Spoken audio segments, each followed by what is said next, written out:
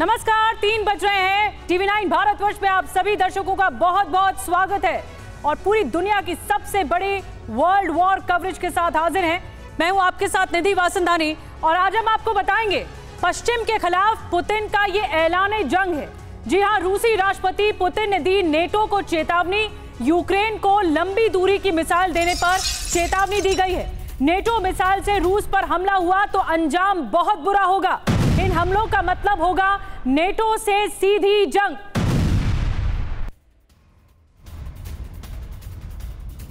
तो NATO missile से अगर हमला हो गया तो अंजाम भुगतना होगा और यह अंजाम बहुत बुरा होगा। इन हमलों का मतलब होगा नेटो से सीधी जंग। तो क्या ऐलान जंग कर रहे हैं पुतिन और क्या अब जंग नेटो वर्सेस रशिया होगी?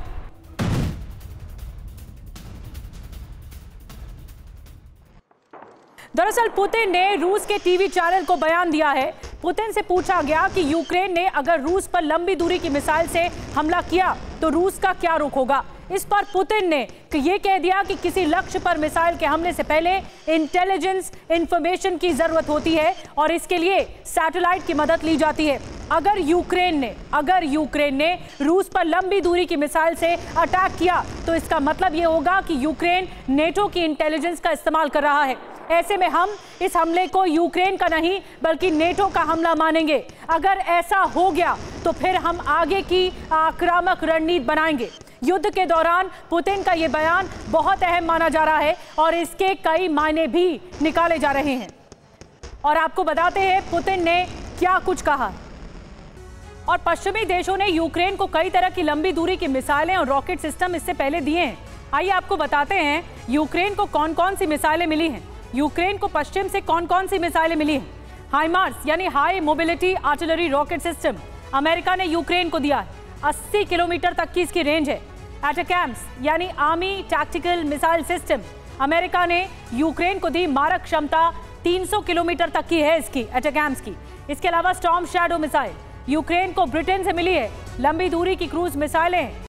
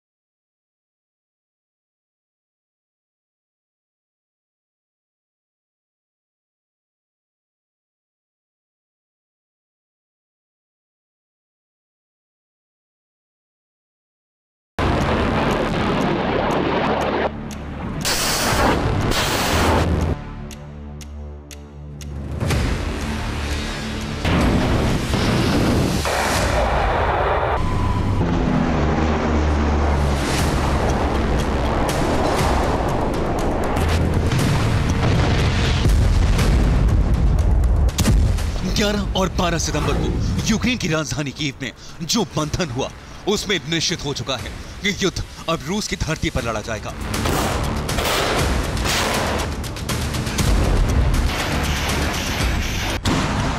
अमेरिका के विदेश मंत्री एंटनी ब्लिंकन, ब्रिटेन के विदेश मंत्री डेविड लैमी ने कीव में ज़ेलेंस्की से हाथ मिलाया।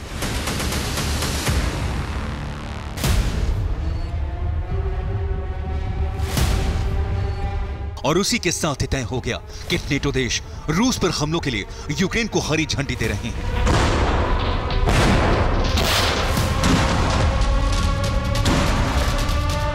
करीब 2 साल से जिन हमलों के लिए नेटो की इजाजत चाहता था वो मिलने ही वाली है।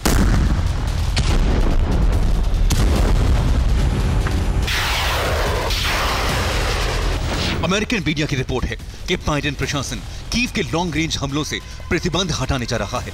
कीव और वॉशिंगटन के बीच इस पर विस्तार से चर्चा हो चुकी है।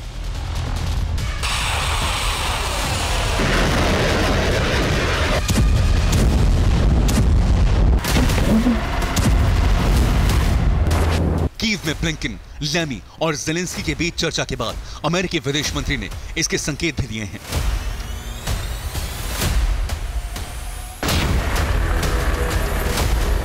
यूक्रेन की जीत का मतलब साफ है कि अब रूस पर हमले किए जाएंगे। यूक्रेन से रूसी सेना को खदेड़ने के लिए रूस के शहरों को निशाना बनाया जाएगा।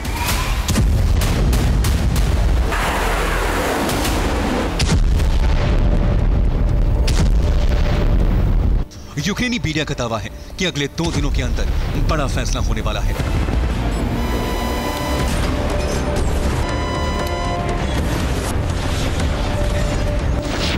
रिपोर्ट्स के मुताबिक यूक्रेन को बाइडेन प्रशासन ने लॉन्ग रेंज हमलों की इजाजत दे दी है।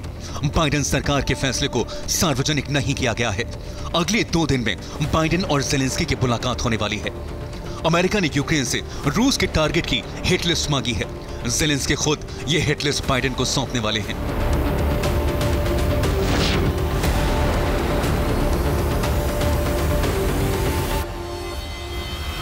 अमेरिका से मिली अटैक एमएस मिसाइल की रेंज में रूस के 250 से ज्यादा सैन्य बेस और कैंप आ रहे हैं। बहुत जल्द इन पर हमले शुरू हो सकते हैं।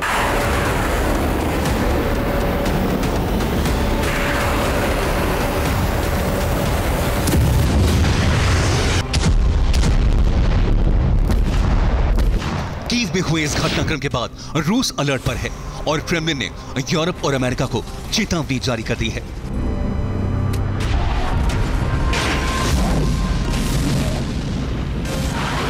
क्रेमलिन प्रवक्ता दिमित्री पेस्कोव ने कहा है, अगर रूसी धरती पर नेटो मिसाइलों से हमले हुए तो इसका कड़ा जवाब दिया जाएगा।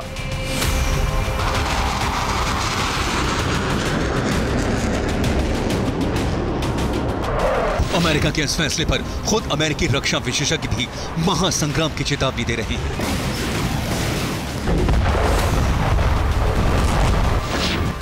पूर्व CIA अधिकारी लैरी जॉनसन ने कहा कि यूक्रेन को लॉन्ग रेंज हमलों की इजाजत देना बारूदी सुरंग की ट्रिप वायर छेड़ने जैसा है। इस फैसले से अमेरिका रूस की जंग शुरू हो सकती है। क्रेमलिन के पूर्व सलाहकार सर्गेई कारगानोव ने कहा है कि दुश्मन को एहसास कराने का समय आ गया है कि रूस परमाणु हमला कर सकता है।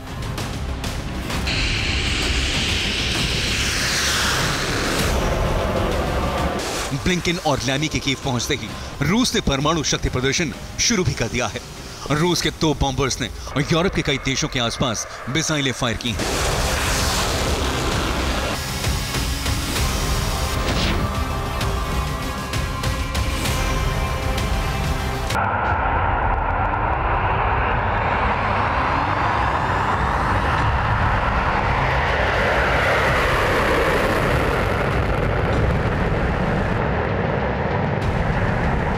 रूस के बॉम्बर लंबी दूरी तक मिसाइल हमले करने में सक्षम हैं।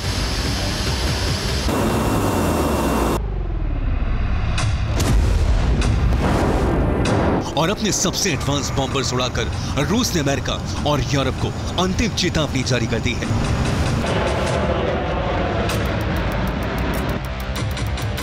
इसके साथ ही धरती के 12 समुद्री क्षेत्रों में रूस की ओशंस 2024 नेवी ड्रिल भी जारी है।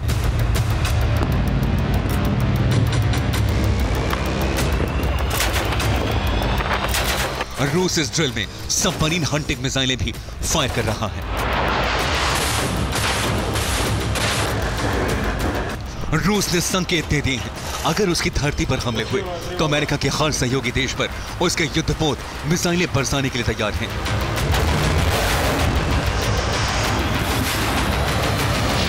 अमेरिका यूक्रेन से प्रतिबंध हटाने का फैसला ले चुका है और पुतिन यूरोप और अमेरिका पर ऐसे प्रतिबंध लगाने पर विचार कर रहे हैं जिससे इन देशों को बड़ा झटका लगना तय है।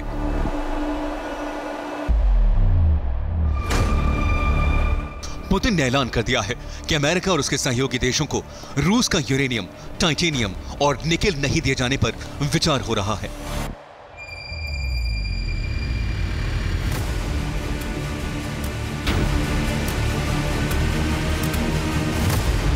पुतिन ने जिन खनिजों के निर्यात पर प्रतिबंध लगाने का विचार किया है, उससे अमेरिका और यूरोप की बड़ी इंडस्ट्रीज प्रभावित हो सकती हैं।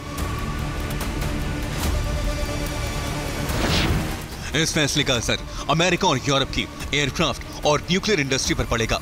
ये दोनों उद्योग रूस के यूरेनियम और टाइटेनियम पर निर्भर हैं। विमान बनाने वाली यूरोप की एयरबस कंपनी तबाह हो सकती है। एयरबस 60% टाइटेनियम रूस से आयात करती है। रूस पर हमलों की हरी झंडी मिलने के बाद पुतिन बेहिचक कड़े और बड़े फैसले ले रहे हैं। अमेरिका के रक्षा विशेषज्ञ भी ये मान रहे हैं, अगर रूस पर लॉन्ग रेंज हमले हुए तो अमेरिका रूस का युद्ध निश्चित है और देखते ही देखते पूरी धरती के लिए खतरा बन सकता है। Bureau report, TV9 Bharatvarsh. और इस बीच एक बड़ी खबर है, आपको बता दें, रूस के deputy defence minister Alexander Fomin का बड़ा बयान सामने आ चुका है। यूक्रेन में नेटो भेजने वाला है सैनिक। अलेक्जेंडर फोमिन की तरफ से कहा गया, यूक्रेन में सैनिक भेजकर समझौते के लिए दबाव की योजना है। कोरियन प्रायद्वीप में जंग शुरू करवाना चाहता है अमेरिका और चीन में सिक्योरिटी कॉन्फ्रेंस में फोमिन का ये बड़ा बयान सामने आया है। यानी मतलब साफ है, आने वाले दिनों में युद्ध और विध्वंसक हो सकता है। धमकी आ चुकी है पुतिन की, आने वाले दिनों में जंग का रुख अलग होगा और नेटो के साथ जंग भी हो सकती है सीधी रशिया की। आपको बता दें कि ईरान से रूस को बैलिस्टिक मिसाइलों की सप्लाई की खबर सैटेलाइट तस्वीरों से सही साबित हुई है। ईरान से रूस को करीब 200 मिसाइलें मिल गई हैं। ज़ेलेंस्की का दावा है कि रूस ने ईरान की मिसाइलों का कभी इस्तेमाल किया ही नहीं और अब भी कुर्स्क या कहीं भी ईरानी मिसाइलों से हमले नहीं हुए। यूक्रेन को शक ये है कि पुतिन कीव मिशन के लिए मिसाइल जमा कर रहे हैं और कुछ दिनों में ही कीव पर कब्जे का मिशन शुरू किया जा सकता है।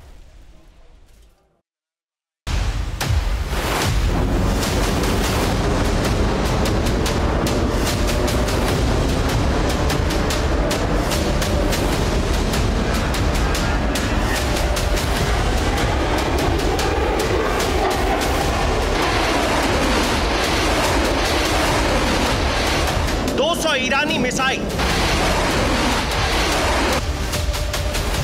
सुखोई 57 फाइटर जेट का नया बैच,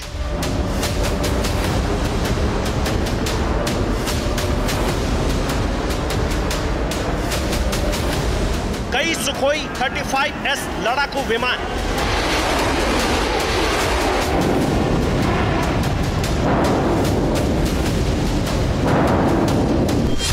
क्या ये रूस के कीव मिशन की तैयारी का सबसे बड़ा सबूत है?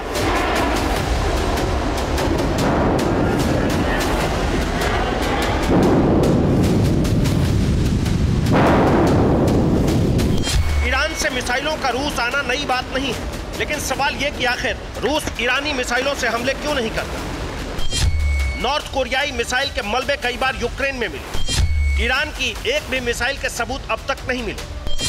ईरान की शॉर्ट रेंज मिसाइलों का रूस क्या करने वाला है?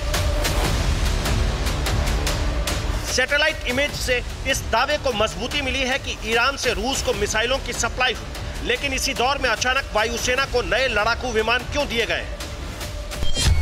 रूस वायुसेना को सुखोई 57 विमानों का नया बैच मिला है। सुखोई 35S का नया बैच भी वायुसेना को दिया गया है। रूस ने सुखोई 57 को अपग्रेड कर लिया है।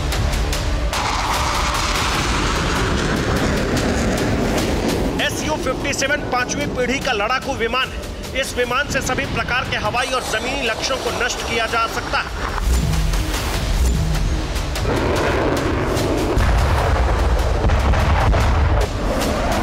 इस विमान से कमांड पोस्ट और दुश्मन के रडार को भस्म करने के लिए डिजाइन किया गया है।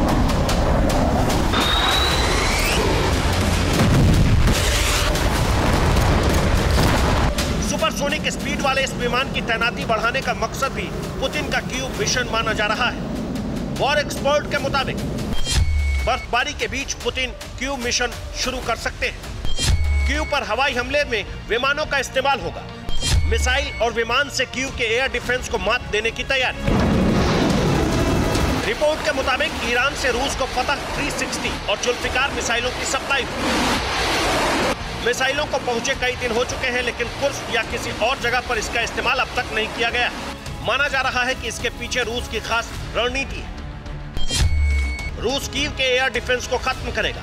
रूस सीमा के करीब फतह से हमले करेगा, क्योंकि फतह 360 मिसाइलों की रेंज 120 किलोमीटर। रूस ने ईरान के इन 2 मिसाइलों को एक खास मकसद से हासिल किया है।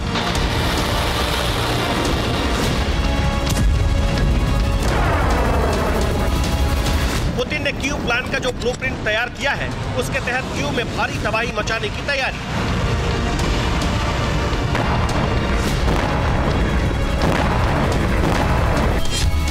रूस फिलहाल इस्कंदर मिसाइल का इस्तेमाल कर रहा है।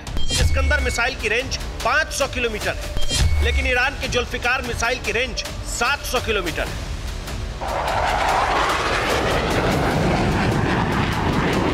ईरान की मिसाइलों की रफ्तार बहुत तेज है, जबकि सुखोई 57 और सुखोई 35S को इंटरसेप्ट करना भी बेहद मुश्किल होता है।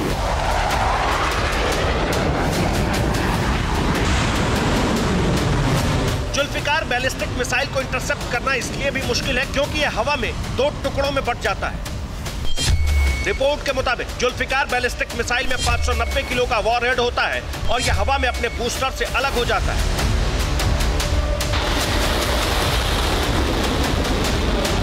माना जा रहा है कि जुल्फिकार मिसाइलों से कीव पर सीधा प्रहार होगा और रूस सुखोई 57 से भारी बमबारी करेगा।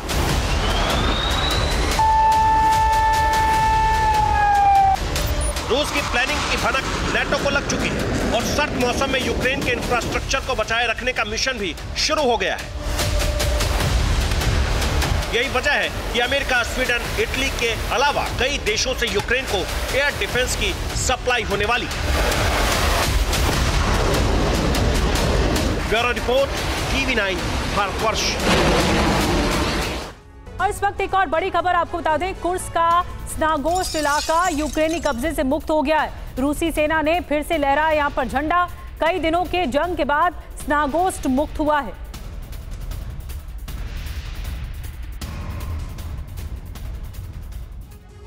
और कुर्स्क की जंग में अब रूस का इंतकाम शुरू हो चुका है। यूक्रेनी सेना अब कुर्स्क में आगे बढ़ने के बजाय वापस लौट रही है। रूसी सेना की भारी तैनाती की वजह से यूक्रेनी सैनिक घिर रहे हैं और फिर रूस की वायुसेना यूक्रेनी सैनिकों पर बम बरसा रही है।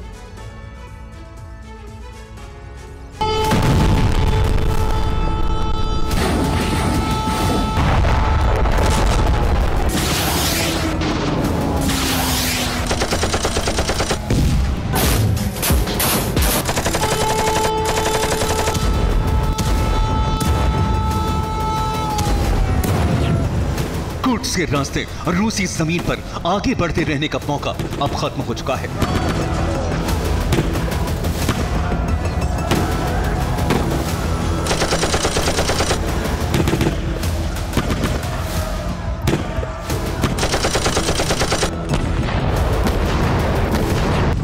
रूस की जिस कमजोर नस पर यूक्रेन ने प्रहार किया था, वक्त के साथ रूस ने उसे बेहद मजबूती दे दी है और बाजी पलट गई है।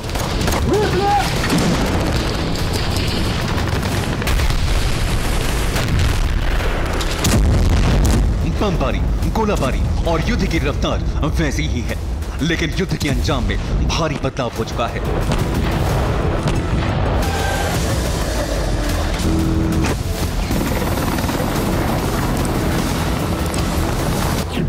अब रूस नहीं, यूक्रेन अपने सैनिकों को गवा रहा है। अब रूसी सेना नहीं, यूक्रेनी फौज पीछे हट रही है। अब कब्जा होने का नहीं, हटने का सिलसिला चल रहा है।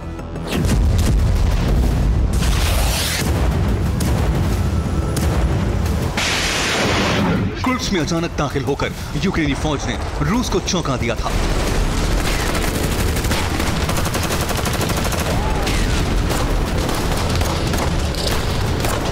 कुर्स्क में रूस की कोई मजबूत डिफेंस लाइन नहीं थी।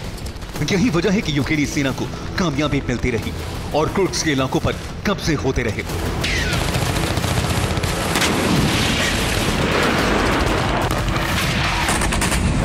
लेकिन करीब 1 महीने और 6 दिन बाद हालात बदल चुके हैं।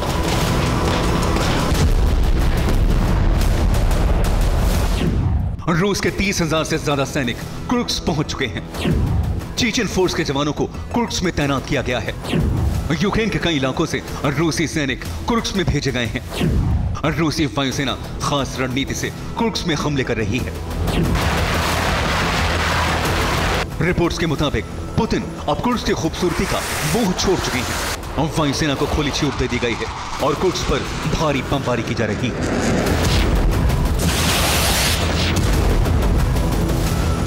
ये बात सही है कि रूस अपने ही बारूद से अपने शहर को भस्म कर रहा है, लेकिन अहमियत अब कुर्स्क को कब्जा मुक्त करने की है। यूक्रेनी सेना को पहले जमीन से घेरा जा रहा है। यूक्रेनी सैनिकों को एक खास दायरे में लाया जा रहा है। घेराबंदी होते ही वायुसेना बमबारी कर रही है।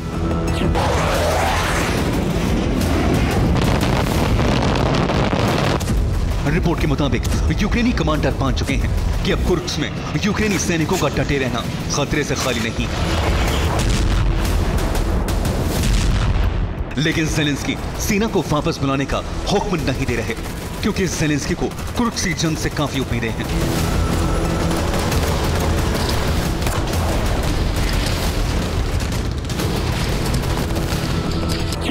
ज़ेलेंस्की को लग रहा है कि कुर्स्क युद्ध की वजह से यूक्रेन को लॉन्ग रेंज हथियार मिल सकते हैं। नेटो के हथियार से रूस पर हमले की इजाजत मिल सकती है। यूक्रेन के लिए नए राहत पैकेज का ऐलान किया जा सकता है। रिपोर्ट के मुताबिक कुर्स्क में रूसी सेना के हमलों से यूक्रेन के नुकसान का आंकड़ा बढ़ता जा रहा है।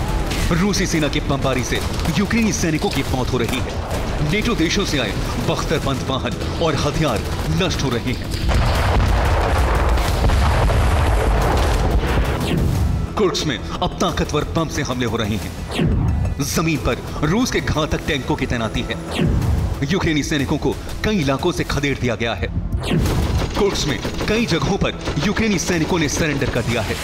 माना जा रहा है कि ज़ेलेंस्की अब कुर्स्क में डटे रहने की जिद पर अड़े रहे तो यूक्रेन 20,000 से ज्यादा सैनिक कमा सकता है।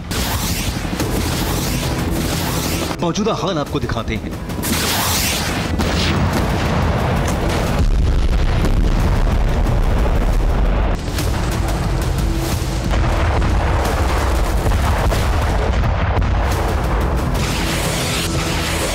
ज़ेलेंस्की को पुतिन फिलहाल 2 मोर्चे से चोट पहुंचा रहे हैं।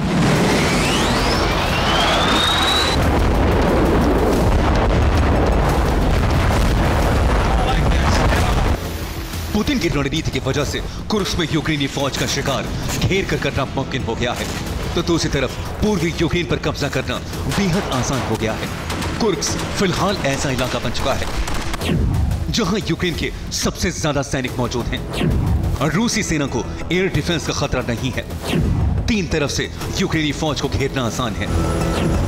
पुतिन कम से कम समय में यूक्रेन के ज्यादा से ज्यादा सैनिकों का संहार करना चाहते हैं, ताकि नेटो देशों से जो हथियार आ रहे हैं उसे चलाने के लिए सैनिक ही ना बचें।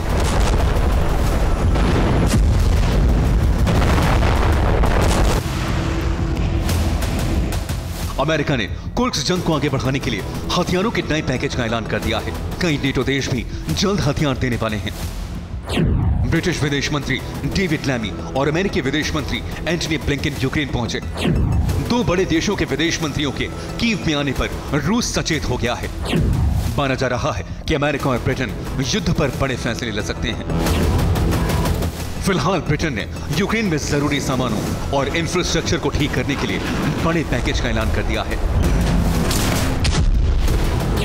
ब्रिटेन से यूक्रेन को 6,557 करोड़ रुपए का फंड मिलेगा। 2,728 करोड़ रुपए बिजली सप्लाई को ठीक करने के लिए खर्च होंगे। 2,435 करोड़ रुपए पीने के पानी, दवा और घर बनाने पर खर्च होंगे। 856 करोड़ रुपए बारूदी सुरंग हटाने पर खर्च किए जाएंगे।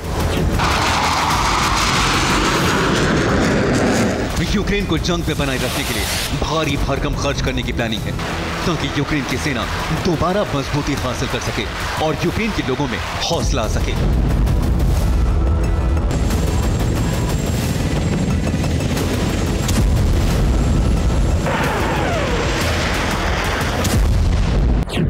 G7 देशों से 41,981 करोड़ रुपए दिए जाएंगे।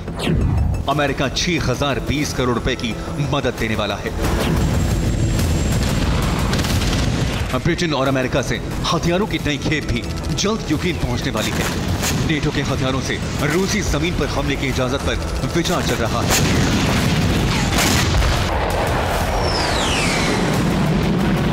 और उम्मीद है कि कोर्स में जल्द स्टॉर्म शैडो और ATACMS से हमले शुरू हो जाएंगे।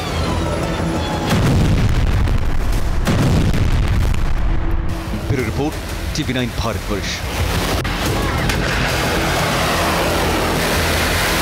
और इस वक्त एक बड़ी खबर मिल रही है। कुर्स सीमा के पास रूस का हमला हुआ है। रूस ने सरफेस मिसाइल से अटैक किया है। रूसी हमले में यूक्रेन को भारी नुकसान पहुंचा है।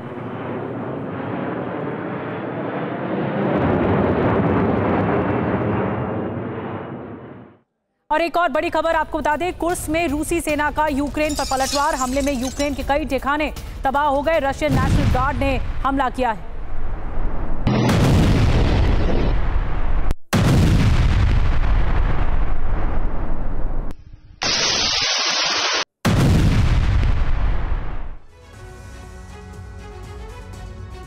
तो कुर्स और बेलगोरोद समेत पश्चिमी रूस पर बीते एक महीने से हमला कर रहे यूक्रेन ने क्रीमिया और ब्लैक सी में बारूदी कोहराम मचा रखा है। एक साथ डबल फ्रंट पर प्रचंड प्रहार किया। गौर करने वाली बात यह कि इस हमले को क्रीमिया प्लेटफॉर्म समिट के ठीक बाद अंजाम दिया गया।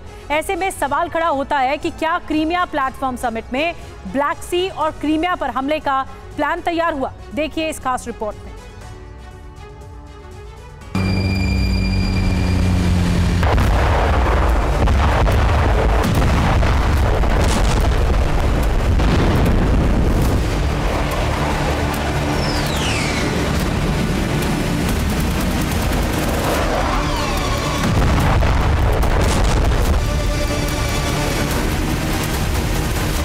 क्रीमिया और ब्लैक सी वाले फ्रंट पर यूक्रेन ने बीती रात 2 बड़े हमलों को अंजाम दिया।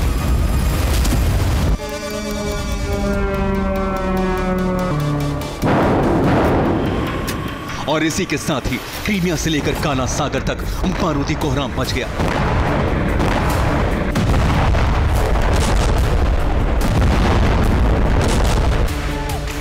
गौर करने वाली बात यह है कि अब तक यूक्रेनी सेना पश्चिमी रूस के कुर्स्क, बेलगोरोद जैसे प्रांतों पर हमला कर रही थी। मगर 11 सितंबर को सूरज ढलने के साथ ही क्रीमिया और ब्लैक सी में यूक्रेनी ब्रिगेड का सलसला देखने को मिला। आपको बता दें, क्रीमिया में रूसी वायुसेना का Su-30SM लड़ाकू विमान तबाह हुआ और रूस के फाइटर जेट ने क्रीमिया के साकी एयरफील्ड से उड़ान भरी थी। दावा है कि यूक्रेन ने बैनपैट डिफेंस सिस्टम से विमान ध्वस्त किया। यूक्रेन का दूसरा अटैक, ब्लैक सी में मौजूद रूस की क्रिम 2 ऑयल रिज पर यूक्रेन का हमला। रूस की क्रिम 2 ऑयल रिज क्रीमिया और ओडिशा के बीच मौजूद है। दावा है कि बोट्स में सवार यूक्रेनी कमांडोज ने ऑयल रिज पर धावा बोला। इन 2 हमलों के साथ ही यूक्रेन ने क्रीमिया और ब्लैक सी फ्रंट पर फिर से अपना दबदबा कायम करने का ऐलान किया।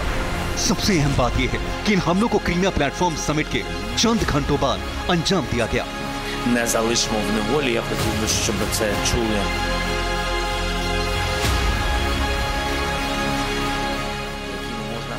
दरअसल यूक्रेन की राजधानी कीव में 11 सितंबर को क्रीमिया प्लेटफॉर्म समिट के चौथे शिखर सम्मेलन का आयोजन किया गया, जिसमें करीब 60 से ज्यादा देशों के प्रतिनिधि शामिल हुए।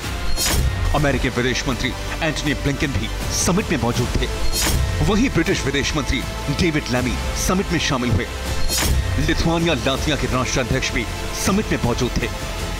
आपको बता दें, सितंबर 2021 में यूक्रेनी प्रेसिडेंट ज़ेलेंस्की ने क्रीमिया प्लेटफॉर्म समिट की नींव रखी थी।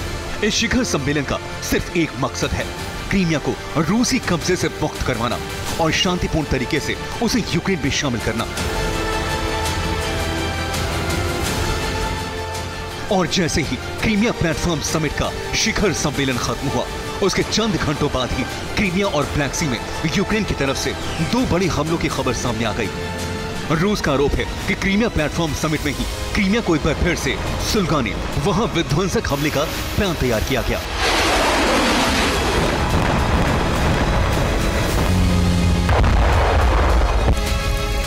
जहां एक तरफ यूक्रेन ने सेवेस्तोपोल के एयर जोन में रूस के लड़ाकू विमान को शॉट डाउन किया, तो वहीं यूक्रेनी फौज की तरफ से सबसे भीषण अटैक ब्लैक सी में मौजूद क्रिम 2 ऑयल रिज पर देखने को मिला। रूसी डिफेंस की माने तो क्रीमिया और ओडिशा के बीच मौजूद क्रिम 2 ऑयल रिज पर यूक्रेनी नेवी के स्पेशल ओपीएस ने रात के वक्त हमला किया। 14 सी बोट्स में सवार होकर यूक्रेनी कमांडो ऑयल रिज के पास पहुंचे।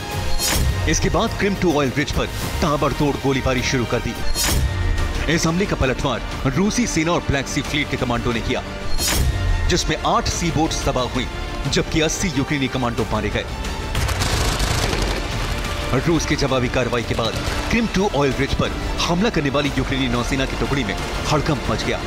अपनी जान बचाने के लिए यूक्रेन के स्पेशल ओपीएस कमांडो फरार हो गए।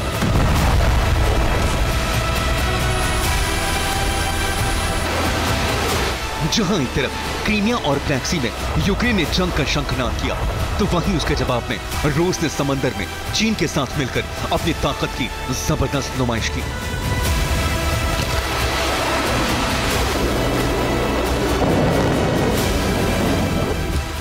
सी ऑफ जापान ने रूस और चीन ने एक साथ मिलकर ओशन 2024 युद्धाभ्यास का आगाज किया, जिसमें रूस की पैसिफिक फ्लीट और चीन की नौसेना ने हिस्सा लिया।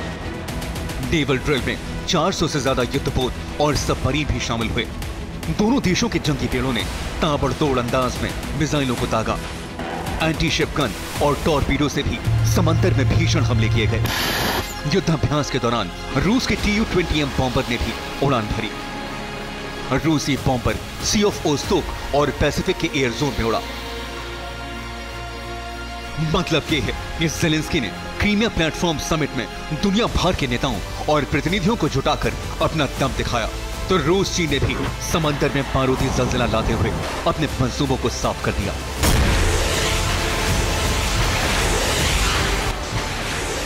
Bureau report TV9 Bharatvarsh. और एक और बड़ी खबर मिल रही है, यूक्रेन के निकोपोल में बड़ा हमला हुआ है। रूसी हमले में चर्च एक तबाह हो गया। 1912 में ये चर्च बनाया गया था और ये चर्च तबाह हो गया। रूसी हमले में चर्च पर अटैक हुआ है। देखिए तस्वीरें आपको दिखा रहे हैं, पूरा इलाका तहस नहस हो चुका है और ये चर्च है जहां पर अटैक हुआ वो पूरी तरह से खत्म हो गया।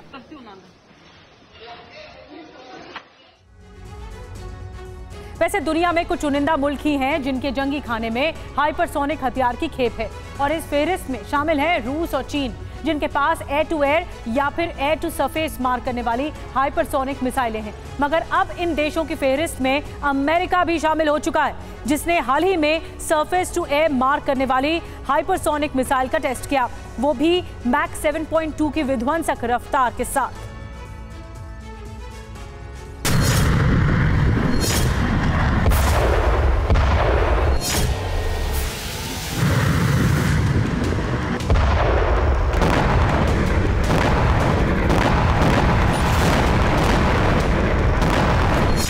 दुनिया के तमाम मुल्कों को अपने हथियारों की ताकत और कुव्वत दिखाने के लिए अमेरिका ने अब तक की सबसे घातक और सबसे विनाशकारी मिसाइल का टेस्ट किया, वो भी ब्लू वॉर जोन में।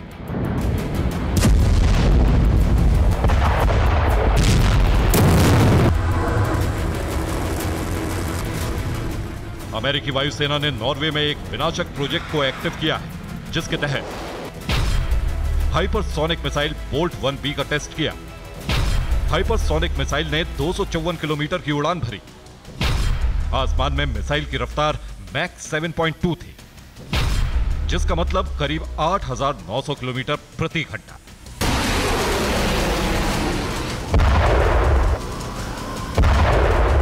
दो सितंबर को अमेरिकी वायुसेना ने इस हाइपरसोनिक मिसाइल के टेस्ट को अंजाम दिया और इस मिसाइल टेस्ट से जुड़ा वीडियो भी जारी किया।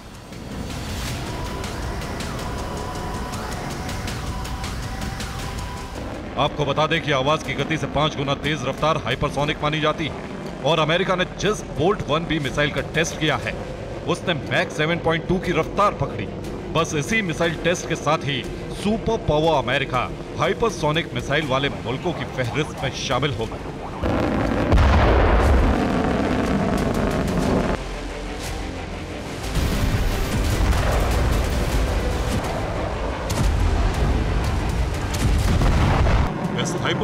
मिसाइल टेस्ट के साथ ही सुपर पावर अमेरिका ने मिसाइल वर्ल्ड में अपनी धाक फिर से जमा ली। इस अग्निबाण के परीक्षण के साथ ही दुनिया को दिखा दिया कि हाइपरसोनिक ब्रह्मास्त्र की रेस में अब अमेरिका का सामना कोई नहीं कर सकता।